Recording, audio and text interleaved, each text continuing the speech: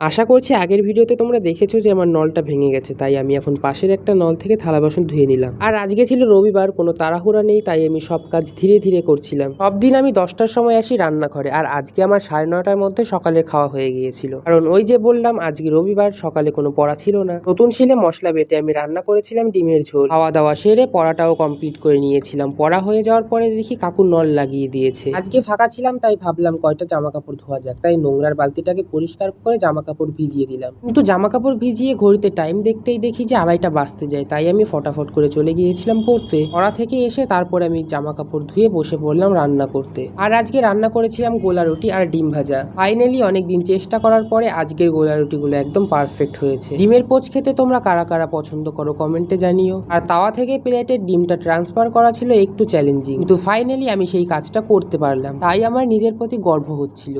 Just kidding. আমি আজকে ঘুম থেকে উঠেছিলাম ভোর 3টার সময়, তাই এখন আর খাওয়া দাওয়া করে কোনো পড়া হবে না, ডাইরেক্ট ঘুম হবে। আরেকবার আমার ডিনারটা দেখে নাও, গোলা রুটি আর ডিম পোচ। রুটিগুলো দেখে তোমরা বুঝতেই পারছো কতটা পারফেক্ট হয়েছে। আর সবগুলো রুটি খাইনি কিন্তু আমি 2 থেকে 3টা রুটি খেয়েছিলাম দুটো ডিম দিয়ে। সকাল থেকে আমার আজকে 4টা ডিম খাওয়া হয়ে গেল। সকালে দুটো খেয়েছিলাম আর এখন দুটো ভেজে খেলাম। তো আজকের জন্য এতটাই, বাই।